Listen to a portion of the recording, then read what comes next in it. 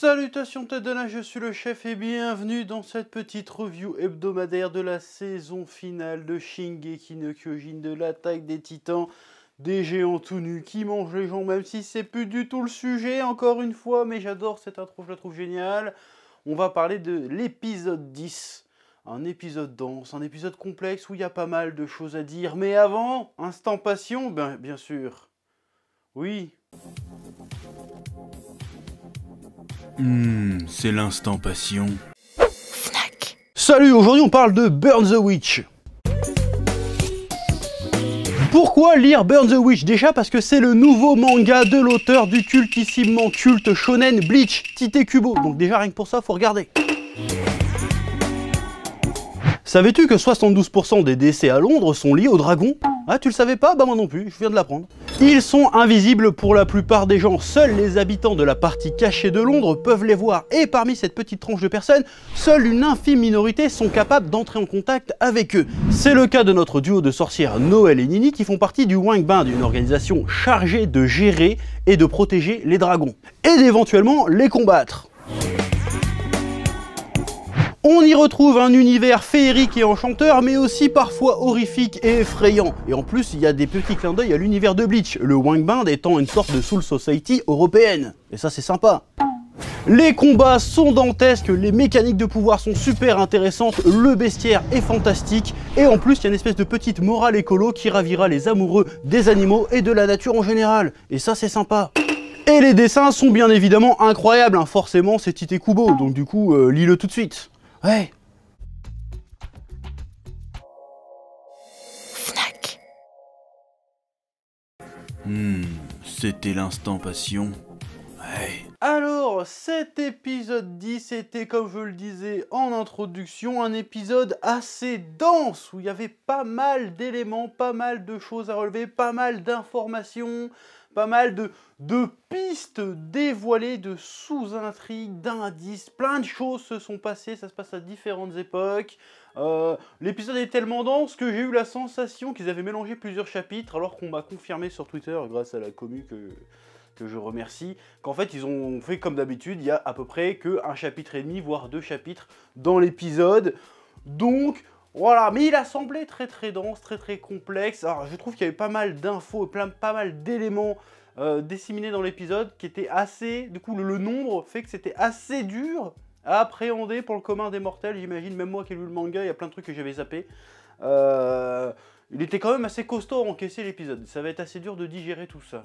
Oui. Déjà, grosse première info, mais sortie de nulle part, qu'on n'attendait même plus, qu'on s'attendait pas à la voir du tout dans cet épisode, ni même dans la série, c'est les origines de Mikasa dévoilées, j'ai envie de te dire. Hashtag explication. Enfin, dévoilée. On savait déjà qu'elle était d'origine asiatique et qu'a priori, sa famille venait de l'extérieur des murs. A priori, on pouvait s'en douter. Là, nous avons confirmation. Mais là, il y a un problème qui se pose. Ça veut dire que Mikasa savait aussi qu'elle venait pas d'ici, en fait. Tu vois ce que je veux dire? C'est ça qui est un peu bizarre dans le délire. Bon, elle était pas obligée de savoir. Mais quand même, elle sait qu'elle appartient à un clan secret. Elle a pas plus d'infos que ça. Elle se pose pas de questions. Non, elle obéit à sa mère toutes ces années en disant qu'en fait, bah non, je vais montrer que à Eren, parce que Eren, c'est plus ou moins mon amoureux. Donc je lui ai montré, mais j'en ai jamais parlé à personne d'autre, ni même à nous, lecteurs, on n'était jamais au courant. J'ai jamais capté que Mikasa cachait tout le temps son poignet. Parce que tu la vois retirer un bandage, mais tu as déjà vu Mikasa avec des bandages? Non, elle a des longues manches tout le temps, d'accord, mais voilà, d'où il sort ce tatouage? En vrai, est-ce que tu crois vraiment que c'était prévu depuis le départ, cette histoire de tatouage? Là, pour une fois, j'ai l'impression, alors c'est qu'une impression, ça, je dis de la merde, qu'il y a un élément qui a été un peu rajouté en cours de route. Et j'ai l'impression que pour une fois, ou alors tous les éléments ont été rajoutés en cours de route, et c'est du génie parce que ça se voit pas, mais celui-là, je place une option dessus. J'ai un petit doute, celui-là j'ai l'impression, ça tu l'as rajouté au dernier moment, Isayama. Peut-être pas, hein, peut-être qu'il avait vraiment pensé à tout depuis le départ, et à ce moment-là, c'est vraiment trop balèze. Parce qu'effectivement, j'ai pas souvenir qu'on voit les poignets de Mikasa dans le manga. J'ai regardé sur Google, j'ai tapé Mikasa, images, saison 1, saison 2. J'ai pas souvenir qu'on la voit avec les manches relevées, à un moment donné. Mais voilà, là, il te sort une révélation assez... pas de ouf, mais un truc vraiment caché pour le coup qui sort de nulle part et qui était... il n'y avait pas de foreshadowing avec, si tu veux. Bon, si, on savait que sa famille était asiatique, si tu veux, une partie de sa famille, sa mère notamment est asiatique, mais on savait pas qu'elle avait une marque pour le prouver, si tu veux. Donc ça, c'était pas mal déjà. Oui. Ensuite, on nous raconte un peu l'histoire du clan Azumabito, c'est ça, Azumabito, qui fait clairement référence au peuple japonais. Hein. D'ailleurs, quand tu vois la petite estampe qui raconte un peu comment les Eldiens, le roi Fritz et le chef du clan Azumabito étaient potes, ça me fait beaucoup penser à la période du Japon. Alors, je sais plus quel... Je crois que c'est 17e ou 18e siècle, je sais plus, j'ai peut-être des conneries, s'il y a des historiens dans le coin, ils pourront en parler mieux que moi. Je te parle de la période un peu de... Comment ça s'appelle? La période un peu de Nagasaki. Tu sais, Nagasaki, en fait, si j'ai bien compris l'histoire, c'est une ville qui a été plus ou moins fondée par les Européens qui s'étaient pointés au Japon et qui restaient un peu enclavés dans la ville et qui commerçaient avec les Japonais en mode « Ah, vous êtes sympas, venez, devenez chrétiens et tout ». Tu sais, ils s'infiltraient un petit peu pour commercer, grappiller des ressources, propager un peu la chrétienté. Et au début ça se passait bien et puis l'empereur il a fait ouais en fait ceux-là ils essayent de nous niquer avec leur chrétienté, venez on va persécuter les chrétiens maintenant. Et du coup ils se sont fait niquer leur race. Ça me fait beaucoup penser à ça, sauf que cette fois-ci, ouais je te fais des références culturelles, d'ailleurs je t'invite à aller voir la dernière vidéo d'Ichiban Japan, hein, c'est la famille qui va de ma part, où il en parle d'ailleurs de ça, donc c'est pour ça que ça m'est revenu à l'esprit. Et du coup j'ai l'impression que là il nous fait le coup à l'envers, Isayama il nous fait ok bon cette fois-ci c'est les japonais qui sont incrustés sur Paradis, si tu veux, pour essayer de niquer les ressources de manière subtile, enfin même pas subtile, c'est complètement assumé d'ailleurs, pour niquer les ressources des Eldiens. Ça, je trouve ça pas mal comme clin d'œil. Alors, est-ce que c'est fait exprès ou pas? Connaissant Isayama et qu'il aime bien faire des rapports à l'histoire, je pense qu'il y a un petit clin d'œil à ça. En tout cas, il s'est peut-être inspiré de ça, de cette relation européo-japonaise ou nippo-européenne, c'est plutôt ça, de l'époque, et que ça a tourné en autre boudin. Ce qui s'est passé d'ailleurs, comme il raconte, c'est que les Azumabito, enfin le pays Eviel ou je sais pas quoi là, j'ai oublié son nom, s'est fait niquer la gueule après parce que voilà. Donc je trouvais ça pas mal de faire ce rapprochement là. Oui. Et du coup on se rend compte que finalement Mikasa qui est lié à ce clan n'a pas grand intérêt si ce n'est de servir de caution aux Azumabito pour se pointer et dire ouais mais voyez on est amis, il y a une de notre descendante qui est de chez vous, voilà donc on est liés, ça prouve bien qu'on est de bonnes intentions, qu'on est dans le même camp. Et il se révèle assez vite qu'en fait la Mikasa sert vraiment de prétexte, sert de caution, sert d'excuse pour que les Azumabito, j'espère que c'est vraiment Azumabito sinon je dis de la merde depuis tout à l'heure, se rapprochent de Paradis. Hein, c'est-à-dire en fait oui, en fait nous on s'en fout que vous soyez persécutés finalement, parce que nous ce qu'on veut c'est revenir dans le game en s'accaparant les ressources de votre île. On a discuté de ça avec Sigla. Il nous a dit bon bah si vous aidez à développer Paradis, à mettre mon plan en marche, d'ailleurs, c'est marrant. Si vous aidez à mettre mon plan en marche, moi du coup je vous donne toutes les ressources de Paradis. Bon déjà l'autre il se permet des trucs, il signe des accords sans en parler à personne. Bon, mais ça prouve que finalement, en diplomatie, il n'y a jamais d'amis. Il n'y a jamais d'amis en diplomatie, il n'y a pas d'amitié, il n'y a que des intérêts. Et c'est un aspect super intéressant parce qu'on parle beaucoup de politique dans Shingeki no Kyojin, mais cet aspect-là, que finalement leurs seuls alliés ne sont pas des alliés idéologiques en réalité, parce qu'ils veulent pas la paix, ils veulent pas... Ils s'en foutent en fait que les Eldiens disparaissent. Ce qui les intéresse, c'est de grappiller leurs ressources. Et comme de toute façon on peut pas blairer les autres les ennemis, bon on va faire voir que les ennemis de mes ennemis sont mes amis. Mais en vrai ils en ont rien à foutre du sort des Eldiens. Ce qui les intéresse, c'est de récupérer les ressources. C'est une alliance motivée uniquement par le côté capitaliste de la chose, motivée par le pognon, motivée par les ressources. Donc ça prouve que rien n'est gratuit en ce bas monde et que même le peu d'alliés qui croient avoir, en réalité, ben, les alliés les aident pas par charité, pas par compassion, pas par idéologie, mais par pur intérêt. Ça met une facette assez pas très jolie, ouais je parle pas très bien français, une facette pas très belle de la dimension politique de Shingeki no Kyojin qui ne repose pas que sur les bons sentiments et sur l'idéologie. Un peu mièvre, un peu cucu, genre la paix c'est mieux. Hein, d'ailleurs le titre de l'épisode c'est de belles paroles ou de beaux discours.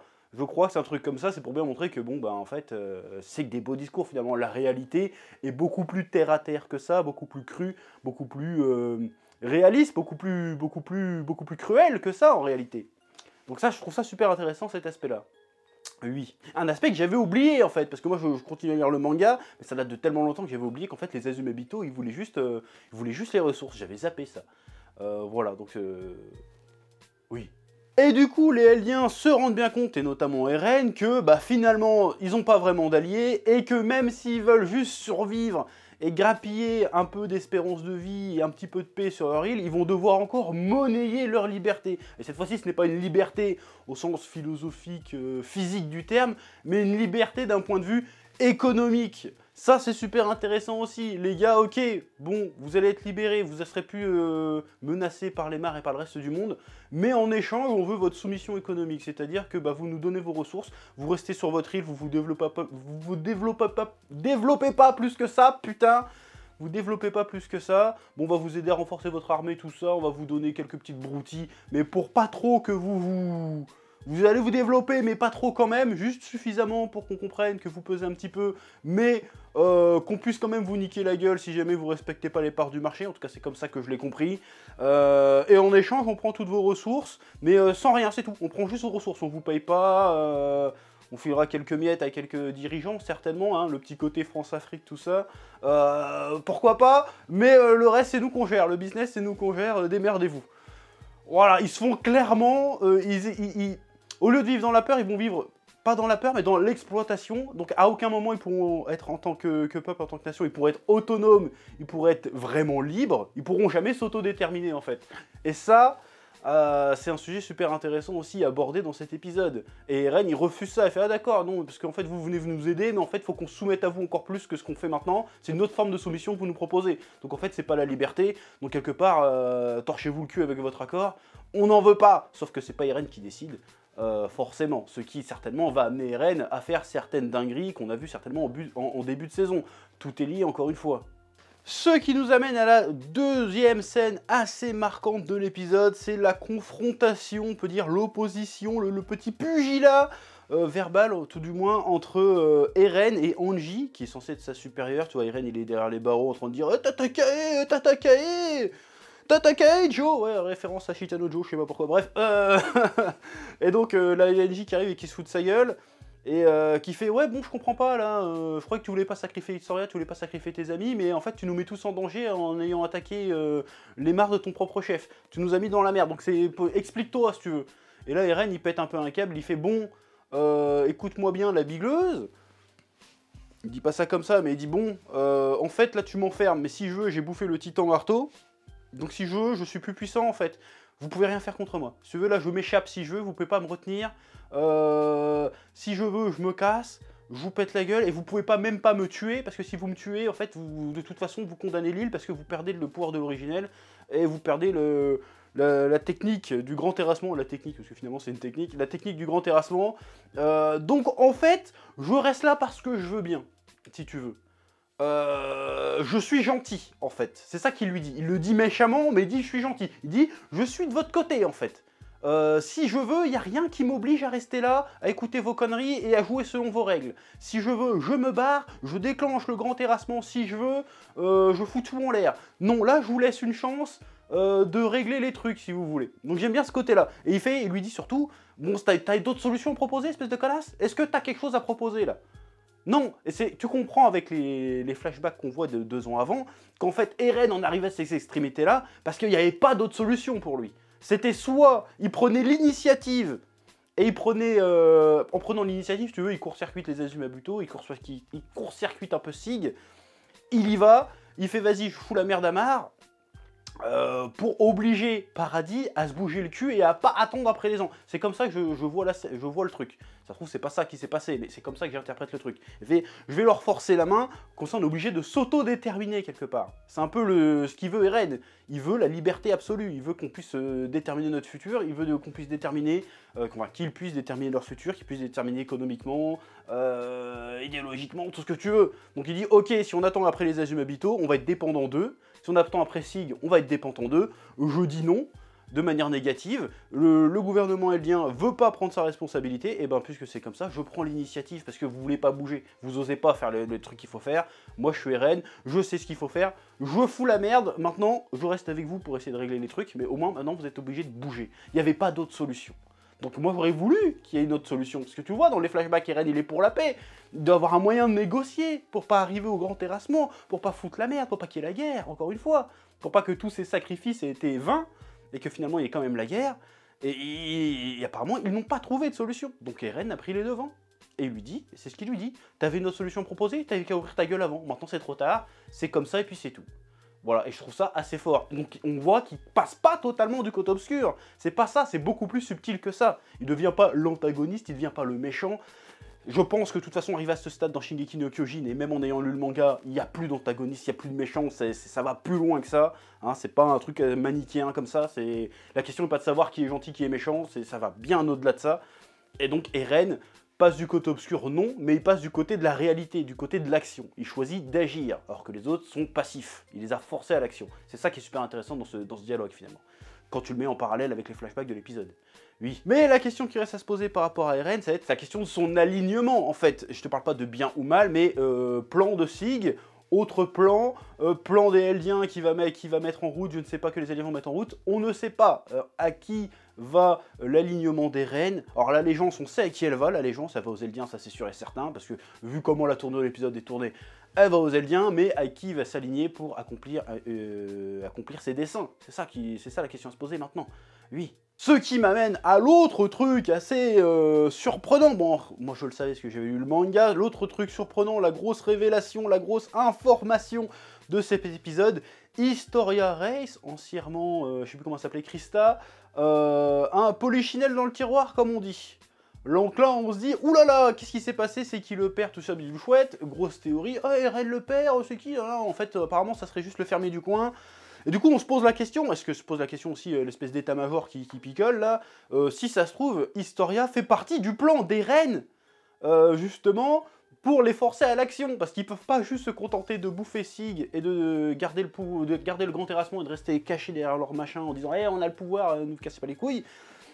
Historia c'est en fait engrossé, j'ai envie de dire, c'est un peu vulgaire de dire ça comme ça, mais maintenant qu'Historia est enceinte, tu te demandes si c'est pas un plan en fait. Genre elle a été voir un mec random de son enfance parce qu'il était au-dessus de tout soupçon, si tu veux, elle pouvait pas faire un gosse avec Eren parce que ça aurait été soupçonneux, genre ouais il prépare un plan. Elle pouvait pas faire un gosse avec un Mar parce que encore une fois ça pouvait être un plan. Elle pouvait pas faire un gosse avec un autre soldat parce que encore une fois vu les différentes factions qui entrent en jeu sur l'île et le bordel politique, ça aurait été suspect aussi. Donc, elle a cherché dans son... C'est comme ça que je le vois, hein. Encore une fois, en étant toujours dans le manga, ce que je te dis n'a pas été confirmé. Donc t'as l'impression qu'elle a été chercher un gars random au-dessus de tout soupçon. Tu sais, genre, ah, je me souviens de ce fermier-là, il était pas mal. Bon, je vais aller le voir dans la grange, et puis tac, tac, boum, boum. Je vais me retrouver enceinte. Parce que quand tu vois le flashback où elle arrive le voir, elle a pas l'air d'or. Celui-là, je vais me le faire. Non, elle est là en mode, bon, bah faut y aller, tu vois. Donc, est-ce que ça fait partie d'un plan comme le soupçonne l'état-major? Enfin, je sais pas si c'est l'état-major, mais c'est des militaires à la con, là. Comme le soupçonne l'état-major. Encore une fois, est-ce que ça fait partie d'un plan d'Eren ou de Sig, Yelena, tout ça, pour forcer la main aux Eldiens? Est-ce que ça fait partie d'une machination? Encore une fois, je suis à jour dans le manga, on ne sait pas encore. Donc là, je spoil rien, vraiment, on ne sait pas. Mais c'est fort possible, toutes les options sont sur la table en fait. C'est très possible que ça soit un plan de la Yelena pour protéger Sig, tout comme ça peut être un plan d'Eren ou un plan du bataillon d'exploration. En fait, tout est possible à ce stade-là. Et je trouve ça plutôt surprenant, ça rajoute une pièce dans l'échiquier, j'ai envie de te dire, donc ça change pas mal les règles du jeu. Ça te bouge des options faciles en fait. Ça met une embûche. Genre, vous voulez éviter la guerre en faisant ça? Bah vous pouvez pas, elle est enceinte. Vous allez faire comment maintenant? Vous êtes obligé de vous bouger le cul. Ça, j'aime bien. Oui. En plus, encore une fois, je vais pas spoiler, mais dans cette scène où les espèces d'état-major discutent et qu'il y a le flashback d'Historia et tout, il y a du foreshadowing de génie, j'ai envie de te dire. Il y a du foreshadowing de génie. Je vais pas te dire ce que c'était, mais foreshadowing de génie, encore une fois. On en reparle dans 2-3 épisodes. Hein, voilà. C'est con, c'est trop con que j'ai déjà vu, j'aurais pu faire l'oracle là, mais vas-y, laisse tomber. Voilà, c'était pour la petite private joke. Ceux qui savent, ceux qui savent pas, eh ben, à bientôt. J'ai hâte que vous nous rejoigniez, parce que ça va être génial. Oui. Ensuite, on a deux autres scènes très intéressantes qui se complètent, qui se répondent l'une et l'autre, qui sont plutôt intéressantes par rapport à la relation d'Eren, qu'Eren entretient à ses camarades, et donc qui nous pousse à nous interroger sur ses motivations. Je parle bien évidemment de la scène de la locomotive. Bon, déjà, c'est intéressant d'un point de vue univers, parce que tu te rends bien compte que les Eldiens de Paradis commencent leur expansion en dehors des murs en construisant un chemin de fer qui, j'imagine, rallie les murs à la côte. Donc déjà, ça c'est intéressant, tu vois qu'ils commencent vraiment à se développer technologiquement, et ça c'est plutôt cool, qu'ils arrivent dans un âge industriel, qui commence à rattraper doucement leur retard, ça c'est intéressant. Mais aussi, et surtout, tu as cette scène où Eren leur fait part de ses peurs, de ses doutes, où il fait, bon, il faut qu'on trouve une solution, parce que si on doit faire le grand terrassement, ça va être la merde. Et en plus, moi, il me reste que 5 ans pour régler cette histoire, si tu veux. Parce que oui, parce que quand t'es un titan, t'as que 13 ans de vie devant toi. Il fait, bon, il me reste que 5 ans pour régler cette histoire, et ça m'emmerde, parce que le délai est court, il faut qu'on trouve une solution. Parce qu'en plus, au bout de ces 5 ans, il faudra que quelqu'un hérite de mon titan. Donc, hors de question que quelqu'un hérite de mon titan, il faut que je règle cette histoire qui dure depuis des millénaires dans les 5 ans qui arrivent. Et là, ils discutent entre eux, et puis y a Jean, Mikasa fait « Non, mais moi, je prendrai le truc, Eren, je prendrai ton titan. » Et ils font « Non, Mikasa, tu peux pas prendre le titan. » Après, il y a Jean, il fait « Non, mais moi, je vais prendre ton titan. » Il fait « Non, mais non, Jean, toi, tu dois devenir le prochain commandant. Tu peux pas te permettre de te sacrifier. C'est moi, Connie, qui vais devenir le titan. » Sacha fait « Non, mais t'es trop con, c'est moi qui vais devenir le titan. » Connie fait « Non, mais en fait, tu te ma gueule, t'es encore plus conne que moi. » Donc ça, c'était assez marrant. Mais quel est le véritable sens de cette scène?